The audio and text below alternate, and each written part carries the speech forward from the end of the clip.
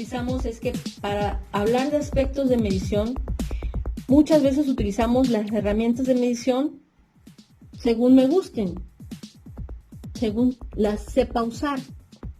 Y no, las herramientas de medición se utilizan según el proyecto. Por ejemplo, si yo necesito encontrar una forma eficiente de encontrar datos correctos, la forma de utilizarlos son por recopilación de datos, ya sea de forma física por una bitácora o sea de forma ya automatizada en términos de una base de datos. Y lo que más necesitamos a veces es Excel en una empresa, ¿no? Pero hay muchísimas más bases de datos. Excel es una hoja de cálculo que funciona como una base de datos. Y muchas veces utilizamos esto para recopilar y empezamos a escribir una serie de información. Y yo he conocido bases de datos hasta de 50,000, 60,000 y hasta de 500,000 renglones o líneas o filas. Mucha información, mucha recopilación. Cuando encuentras un buen analista, ya la hiciste.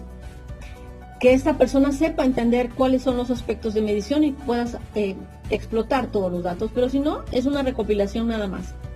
Pero la recopilación de datos es una fuente importante para encontrar datos correctos, pero recuerden la máxima, para entender muy bien el concepto de las respuestas, tenemos que saber primero bien las preguntas, para poder elegir las respuestas. Y eso es importante en la recopilación de datos. Otro concepto que utilizamos es el diagrama de causa y efecto dentro de la parte de la medición. El diagrama de causa y efecto, que a veces le llamamos de Ishikawa, que a veces le llamamos de espina de pescado por la forma en cómo está, nos sirve para entender qué datos se deben de recopilar en un problema o analizar un problema. Y les comentaba yo, el tema del Ishikawa tiene una parte interesante y vital cuando entiendes el problema, que es el revés o el reversible del Ishikawa, que es cómo implementar la mejora. Pero el tema del diagrama de causa y efecto es que tienes que observar esas causas que hacen ese efecto, como bien lo dice, pero entender específicamente qué datos debes de recopilar con función a ese grupo o esa agrupación, que generalmente lo hacemos en 4 o 5 conceptos que le llamamos las M's. ¿Qué métodos debes qué datos debes recopilar? En mano de obra, ¿qué datos debes recopilar? Te va llevando de la mano y te va diciendo exactamente lo que debes de recopilar. Para eso muchas veces te utilizas la brainstorm y con ello llenas tu diagrama de causa y efecto.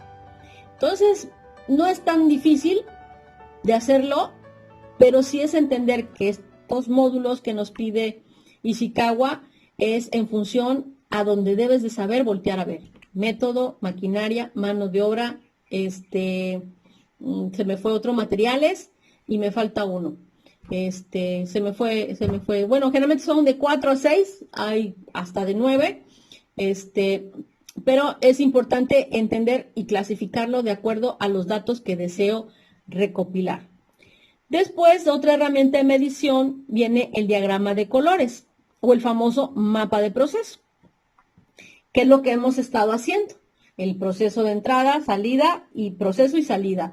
Y ahí en este sentido podemos utilizar inclusive mapas estratégicos muy utilizados inclusive hasta en el Balance Scorecard, donde nos establecen varios niveles de relaciones.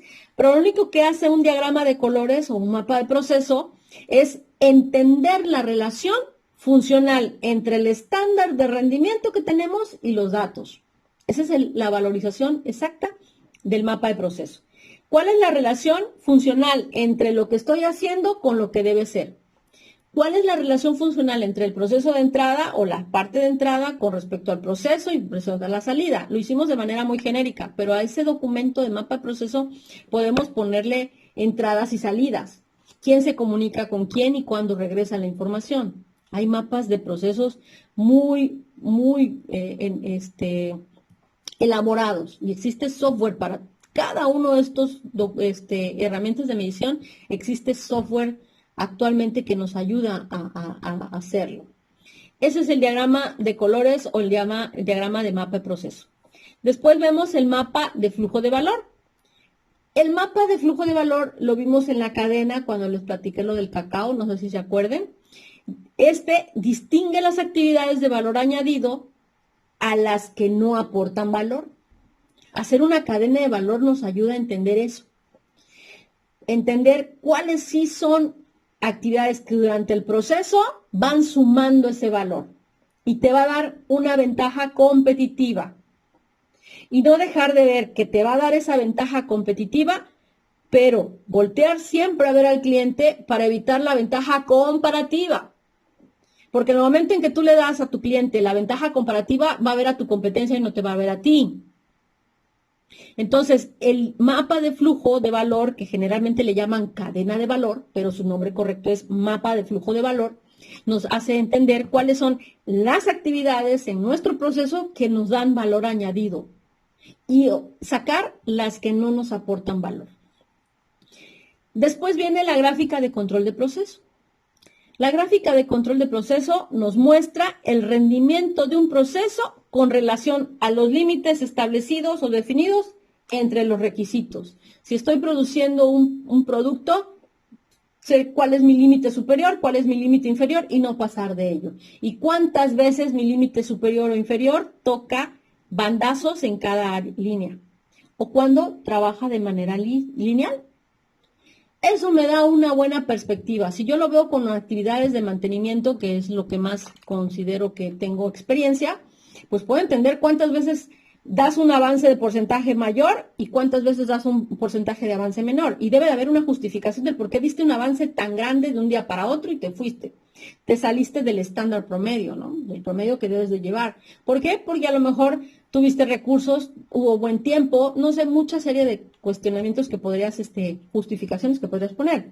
De lo mismo sucede cuando tu avance cae. Y en ese sentido te puedes dar cuenta que a lo mejor te falló el recurso, te falló la materia prima o te vino a arruinar el día un mal clima. Y si hablamos de lo mismo de grúas, y si hablamos lo mismo de mantenimiento a válvulas y a máquinas, ¿no? Entonces, ¿cuántas veces falla? Pues tienes que establecer muy bien ese parámetro que debe ser de establecido y qué tanto tu proceso varía para poder entender y controlar. Porque recuerden lo que puso Rita aquí, de Peter Drucker. Lo que no se mide no se controla y lo que no se controla no se mejora. Lo dijo Drucker, lo dijo Deming, lo dijo un montón de gente. Porque lo entienden desde esa perspectiva y lo dicen ustedes también, porque lo entienden así.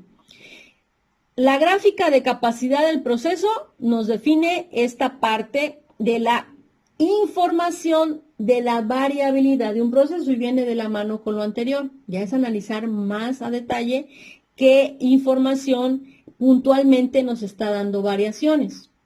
La primera muestra el rendimiento de las variaciones, pero la siguiente nos informa la variabilidad específica.